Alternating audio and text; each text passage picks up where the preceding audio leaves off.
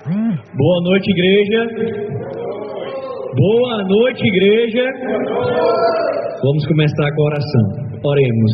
Senhor, nosso Deus, nosso Pai, te agradecemos, Senhor, pelo teu amor. Te agradecemos, ó Pai, por ser tão bom para cada um de nós.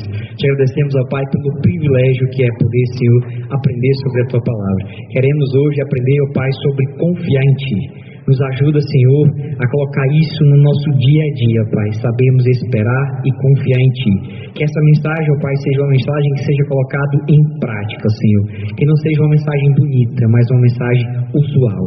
Uma mensagem, ó Pai, que possa estar martelando nossas mentes todos os dias, ó Pai, que devemos confiar somente em Ti. Nos abençoa, Senhor, na explanação da Tua palavra.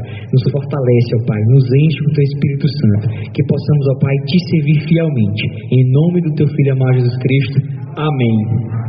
Eu já contei um pouquinho do spoiler na oração, né? O nosso tema de hoje é confiar em Deus, a âncora da alma. Para a gente falar um pouco desse tema, toda vez que eu vou montar uma pregação ou explanar um tema que eu possa trazer para a igreja, tem que ser algo usual. Tem que ser algo que a gente vai falar aqui na igreja e durante a semana, durante toda a nossa vida, a gente possa praticar. Obviamente eu não estou dizendo que o Nisa não faz isso, nem o pastor. Estou dizendo que para mim, o critério é, eu tenho que colocar todos os dias isso na minha vida. E a gente está no mês de julho, e para os meus negócios que Deus me deu, é um mês desafiador. E um mês desafiador eu preciso de quê? Confiar em Deus. E não é só porque o meu negócio está difícil, mas é algo que martela todos os dias para mim. Rapaz, está difícil. E eu tenho que me ancorar em alguma coisa.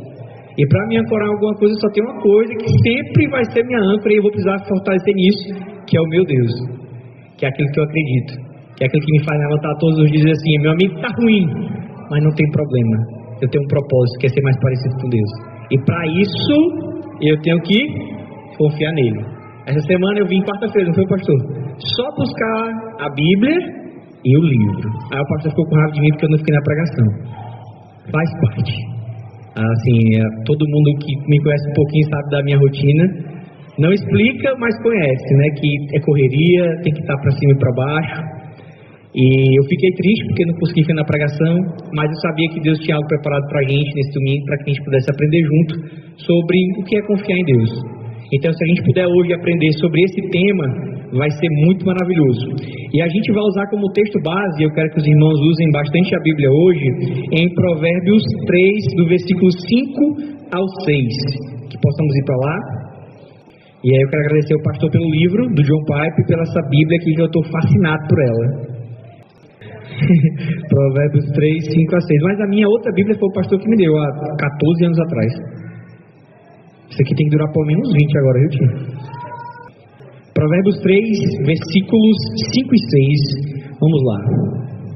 Que a misericórdia e a verdade não te abandone, atas ao teu pescoço, escreve na tábua do teu coração, assim acharás o favor e o bom entendimento à vista de Deus e do homem. Confia no Senhor com todo o teu coração e não te apoies em teu próprio entendimento. Em todos os teus caminhos reconhece-o e ele direcionará as tuas veredas. E a primeira pergunta que fica, e isso é muito importante, eu até escrevi aqui, ó. Quando foi a última vez que você se encontrou em uma situação onde suas habilidades e esforços não foram suficientes e você teve que confiar em Deus completamente? Entenderam a pergunta, igreja? Quando foi a última vez que você, neto, se esforçou? Eu tenho que levar o mercado para casa. Eu tenho que chegar cedo no meu trabalho. Eu tenho que fazer ajudar a minha mãe. Eu tenho que, vamos lá, eu tenho que, teoricamente, você treinar. Eu tenho que treinar todos os dias. Quando foi que você fez todos os seus esforços e mesmo assim não deu certo? Várias vezes nós vamos fazer o que a gente acha que vai dar certo, eu vou conseguir, eu sou inteligente, eu sou poderoso, eu faço tudo aquilo que der meu tempo, eu vou fazer. Mas não acontece. Não acontece? Aí eu vou me programar para esse mês vender R$1.000.000. Meu amigo, eu posso me acabar, não dormir, contratar 100 vendedores. Se não for da vontade de Deus, não vai acontecer. O que Provérbios está falando para a gente junto com essa pergunta? Preste atenção aqui, ó. Confie no Senhor com todo o teu coração e não te apoies em teu próprio entendimento. Então, meu amigo, o que a gente vai explanar hoje aqui? Nós temos como base confiar em Deus. Vai ter coisa que você vai planejar, vai fazer tudo bem direitinho e não vai dar certo. E se não der certo, você vai parar de confiar em Deus, irmão Edson? O que a gente começa a pensar? Rapaz, eu fiz de tudo, Deus não me ajudou. Concorda que vem esse pensamento? Rapaz, o cara não fez nada e conseguiu. E o cara nem acredita em Deus. E aí? Onde é que eu tenho que me apoiar? Isso é coisa que acontece no nosso dia a dia.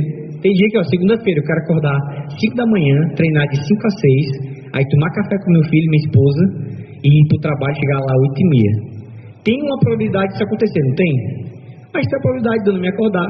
Já aconteceu alguma coisa, meu filho ficar doente, eu já à noite tenho que ir para o hospital, passar a noite lá, e eu não consegui chegar no trabalho amanhã. Tem a probabilidade, na hora que eu for sair, meu carro quebrar. Tem a probabilidade de eu chegar mais cedo também, porque vai dar tudo certo, eu não chegar 8 horas, chegar às 7h30. Mas o que a gente tem que entender é o seguinte: eu tenho que confiar em quem? Em Deus. E a gente vai começar a explanar mais um pouco sobre isso. Aí eu vou fazer a pergunta novamente.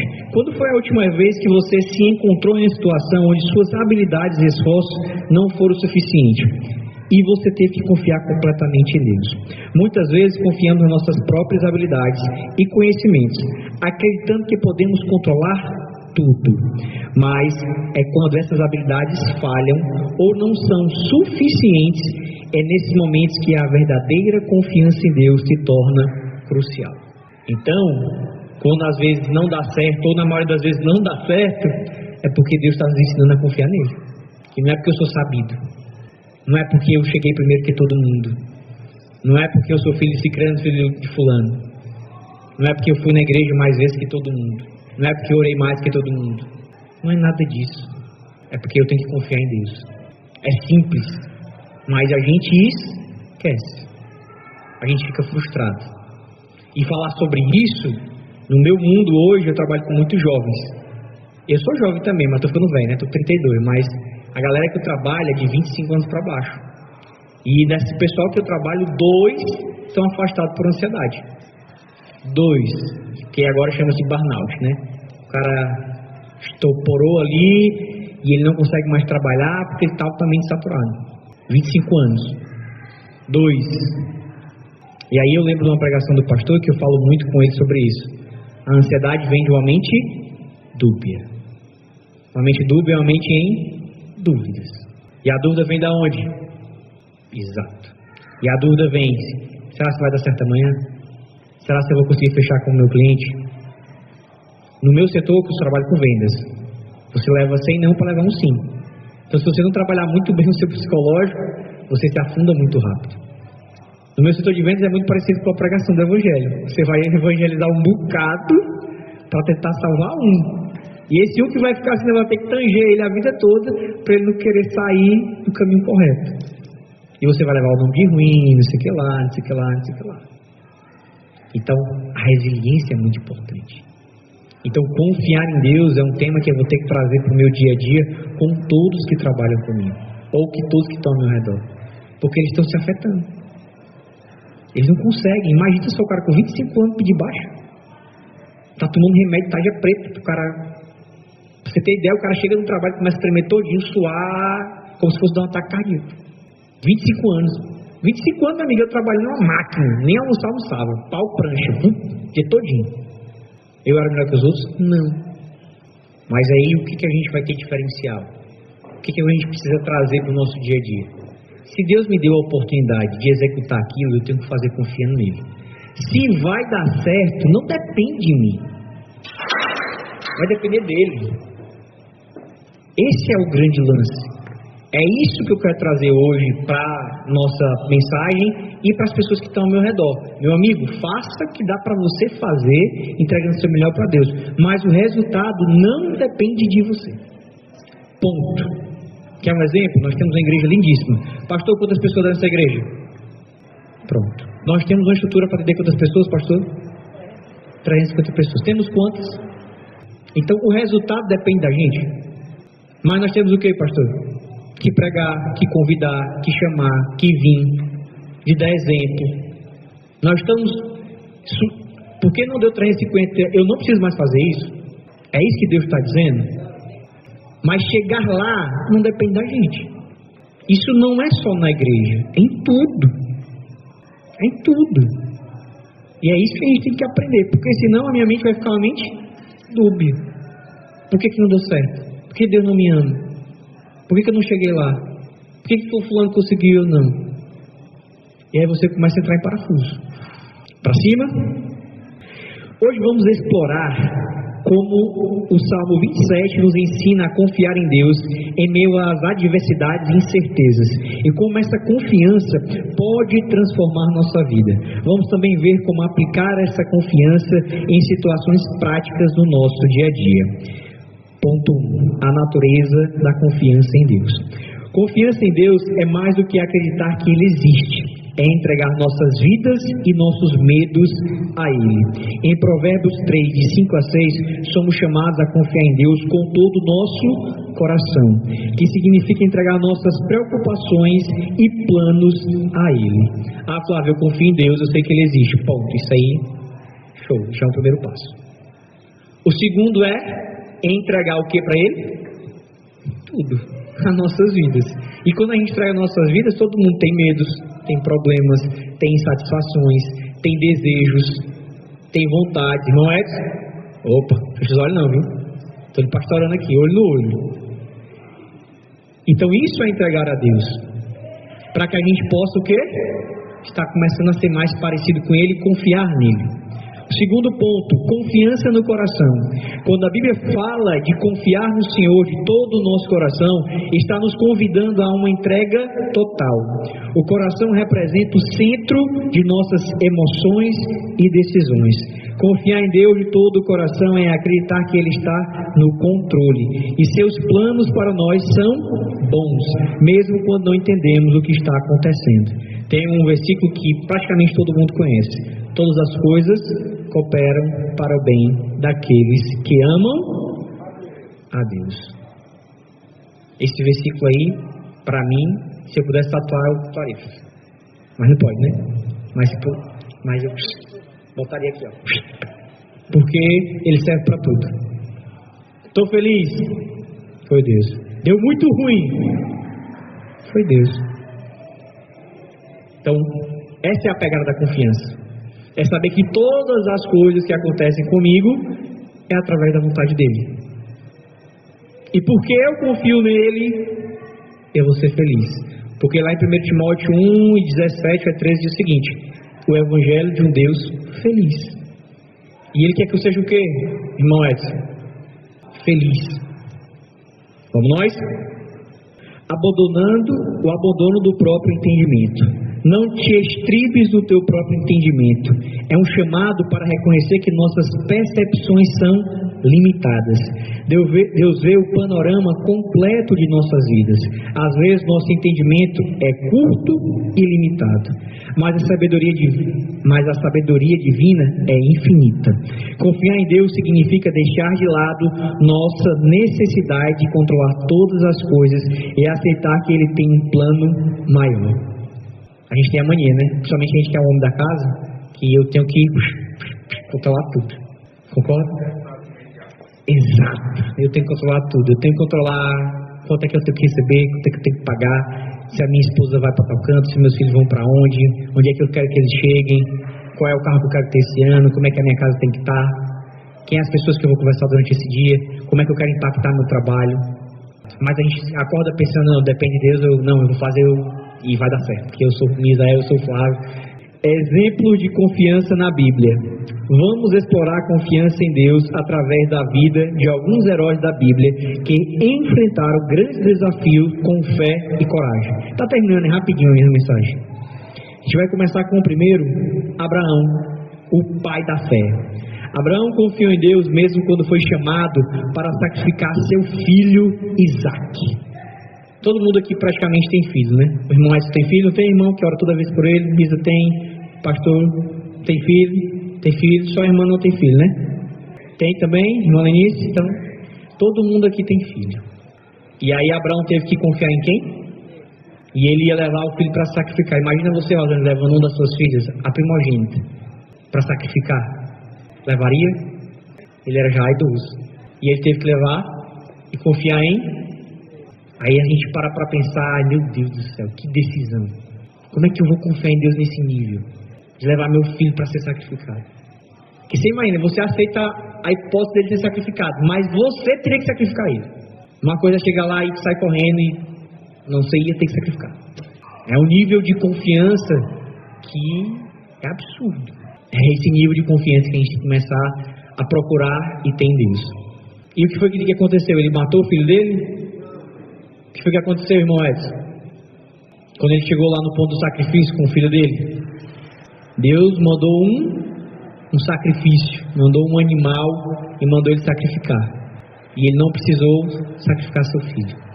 Ele foi abençoado através disso, se tornou o pai da fé, acreditando que Deus poderia ressuscitá-lo se necessário.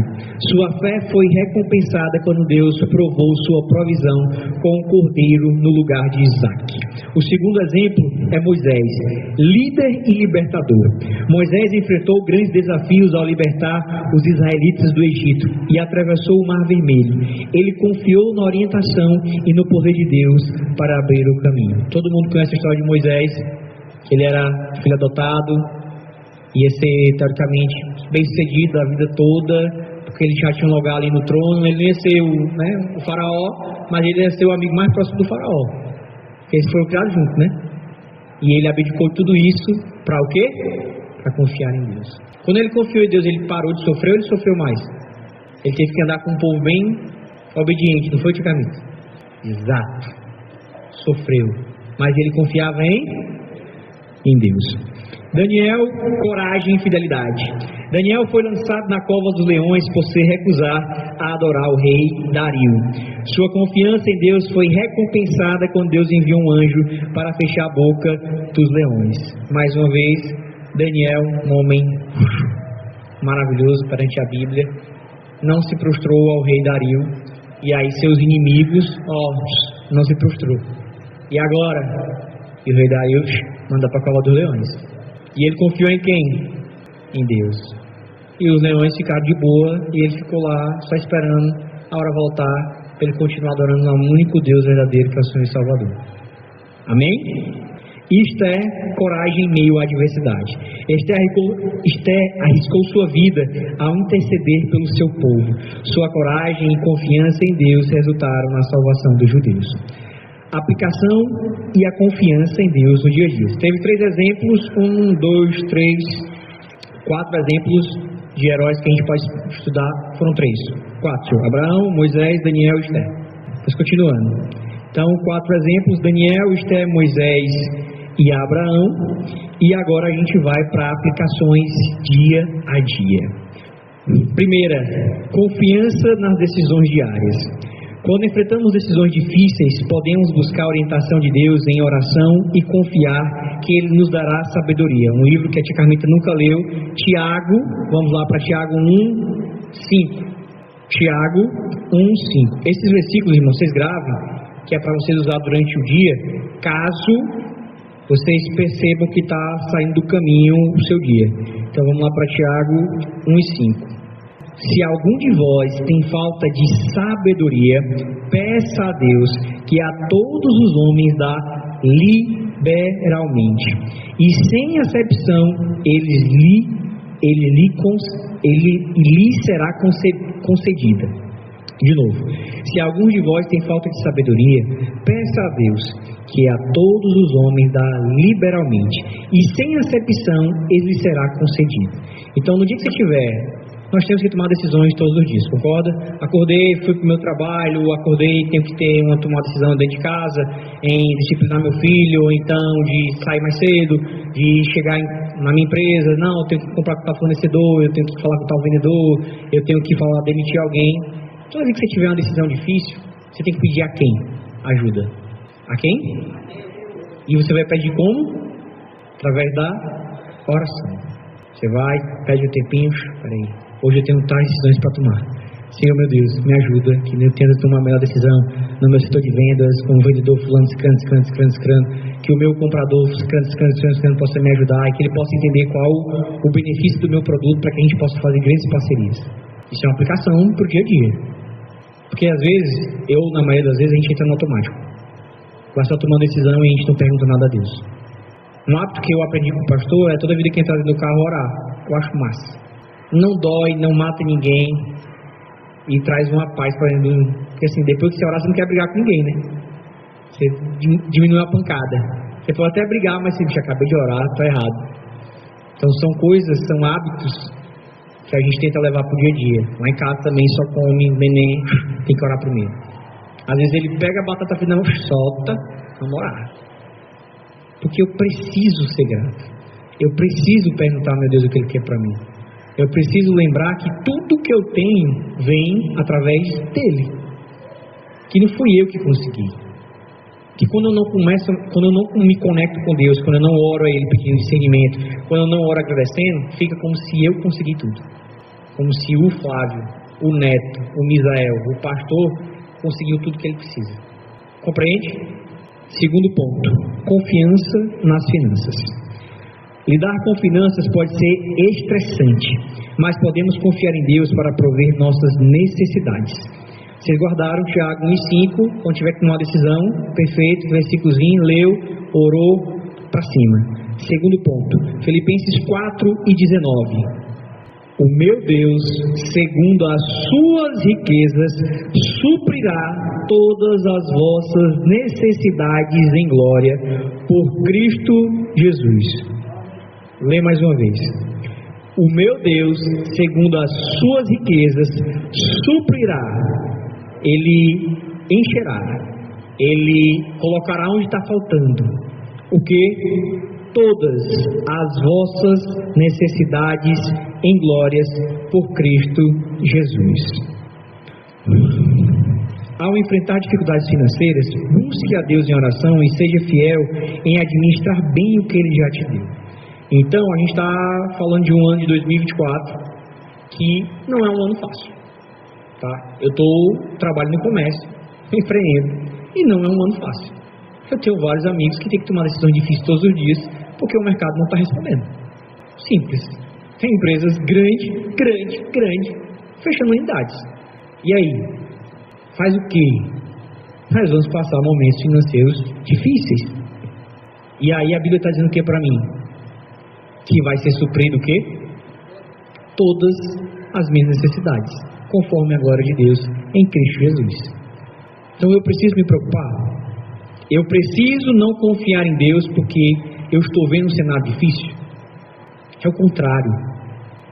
Aí é que eu preciso confiar mais nele e saber que Ele vai prover tudo que eu preciso. E tudo que eu preciso não significa o melhor carro, a melhor casa, a melhor empresa, os melhores funcionários. Significa que Ele vai me dar conforme a glória dEle. Mas que eu tenho que orar e pedir que Ele possa me abastecer e Ele suprir. Está terminando, viu, irmão Edson? Confiança na saúde. Quando enfrentamos problemas de saúde, é essencial confiar em Deus para nossa cura e bem-estar. Em 1 Pedro 5,7, somos instruídos, lançando sobre Ele toda a vossa ansiedade, porque Ele tem cuidado de vós. Mesmo quando as notícias são desafiadoras, entregue suas preocupações a Deus e confie que Ele está no controle. Amém? Mais uma arma, 1 Pedro 5,7. Quarto ponto, confiança nas relações. Nos relacionamentos, podemos confiar em Deus para nos guiar na resolução de conflitos e na construção de relacionamentos saudáveis. Em Colossenses 3:13, somos encorajados, suportando-vos uns aos outros e perdoando-vos mutuamente, caso alguém tenha queixa contra alguém, assim como o Senhor vos perdoou, assim também perdoe a vós. Confie em Deus que Ele dará a graça e a sabedoria necessária para amar e perdoar. Então, esse versículo Misa conhece bem, né, Misa? É um versículo importante. Se Ele diz que eu vou ter que perdoar, é porque eu vou ter problema, né, Misa? Então, se Ele vai ter problema, Ele tem que perdoar. E eu tenho que confiar em Deus que perdoar é o melhor caminho. Simples. Às vezes perdoar vai ser muito difícil, a gente já teve uma pregação sobre isso. Mas ele está dizendo, confie que perdoar é o melhor caminho. Ponto. E agora a gente vai entrar só um pouquinho em Salmos 27. Confianças em tempos de adversidade. O Salmo 27 é um dos mais belos exemplos de confiança em Deus em meio à adversidade. Davi expressa sua confiança em Deus como luz, confiança em Deus como sua luz de salvação, mesmo quando enfrenta inimigos e perigos. O Senhor é a luz e a salvação. O Senhor é a minha luz e a minha salvação, a quem temerei? Davi começa o salmo afirmando que Deus é sua luz e salvação, o que significa que Ele ilumina o caminho e oferece proteção e segurança. Essa confiança inabalável é um exemplo de como devemos ver Deus em nossas vidas. Aí a pergunta é, a gente enxerga Deus como luz e salvação para a nossa vida? Como Davi enxergava? São perguntas que vão fazer parte do nosso dia a dia, para que a gente possa ter essa confiança inabalável que Davi tinha em Salmos 27. Ainda que um exército me cercasse, o meu coração não temeria. Ainda que se levantasse contra mim a guerra, apesar disso, eu confiaria. Mesmo quando cercado por inimigos, Davi mantém sua confiança em Deus.